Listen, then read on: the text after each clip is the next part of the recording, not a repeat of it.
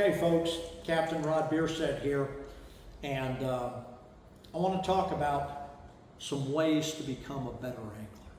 Okay? How can we all become better anglers? And I can tell you, I try to keep within this realm of thoughts all the time. And number one on the list is find a mentor. And by a mentor, somebody that is extremely knowledgeable about the fishing you want to do. If you're a backwater guy, if that's what you want to do, find a charter captain. Find a guy that fishes the tournament circuit. And if he can become your mentor, you got the right person. And typically, you want to have more than one.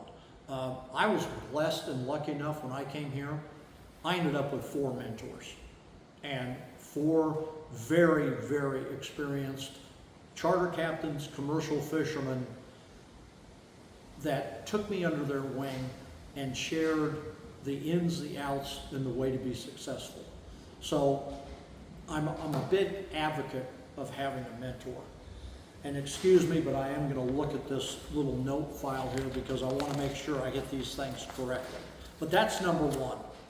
Number 2 is always arrive prepared. Always arrive at your boat prepared.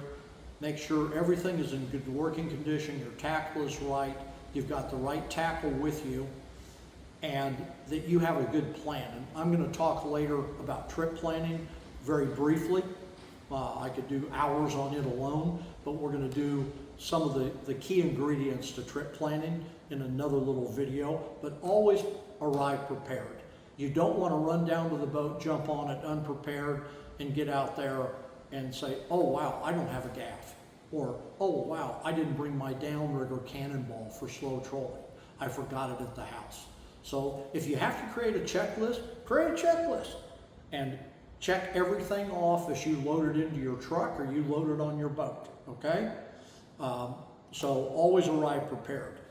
The other one, and I covered this in one other little segment here, but when you go out fishing, always have, plan A doesn't always work, folks. Trust me, I've experienced it. Plan B sometimes doesn't work.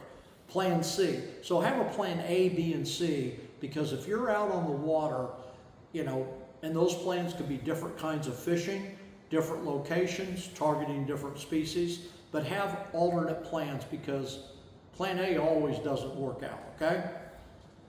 The other one is fish new spots. I'm a big advocate of that. I'm very blessed. I fish all the way from the Outer Banks down into South Carolina in this area with what I do. And so I fish a lot of different areas, but even within Onslow Bay, don't just go to one area, and especially don't go to one specific spot all the time. Try different spots, explore, find new areas.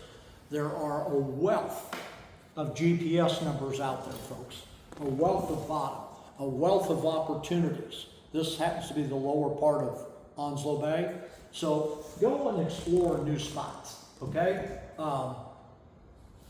and check them out. See what's there.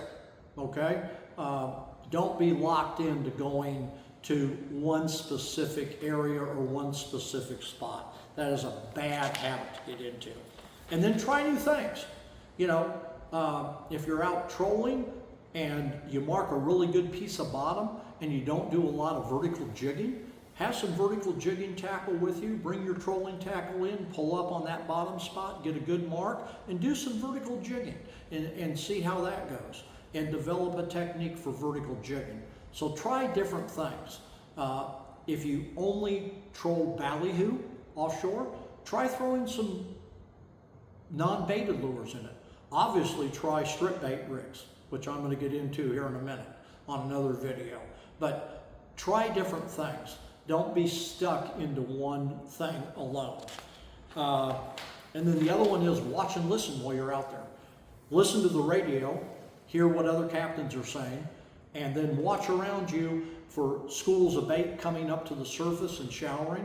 The only reason schools of bait come to the surface, folks, is predators have driven them up there. They like the sanctuary of the bottom, of the reef, of the live bottom, the ledges, the rocks. That's where they want to live. That's their safe and happy zone. When they get up in the water column and up, especially at the top, when they're up showering on top, they are fair game for everything. And the only reason they come up there is they've been driven up there by predators.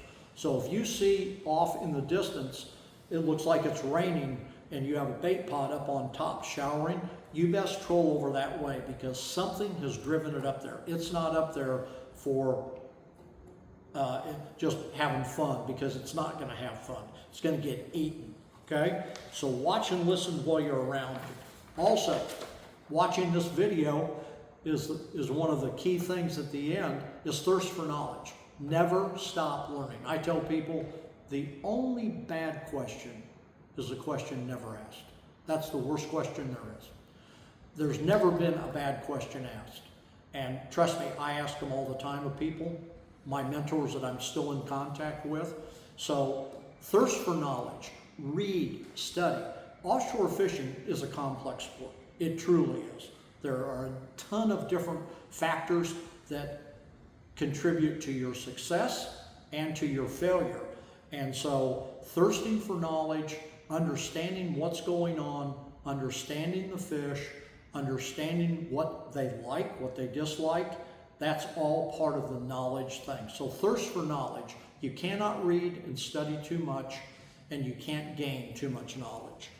So hopefully you're going to find these things. The last thing, my mistake, I hate to do this to you, but keep some records. You know, if you went out and had a fantastic trip, not just where you fished, but the conditions, water temperature, barometric pressure if you know what it is, water quality, the clarity, you know, was it real crystal clear? Was it clear but it was sort of blue-green? Keep these kind of factors. The temperature, obviously the area you were in, what rigs or baits that day worked good. Was it sunny or was it overcast and cloudy? You know, those are all factors that influence and what time of day it was, and then refer back to the salunier tables to see how your bite coincided with what they're saying. And keep that record. The more details in your record, the better they are, okay? So keep a little log of your trips, both the good ones and the bad ones, and the ones in between. And you'll gain knowledge from that, because again, this is how you gain your knowledge. Hopefully you found these ways to become a better angler helpful. And you want any more information on this or anything else, please reach out to me. I'm here to help. Thank you.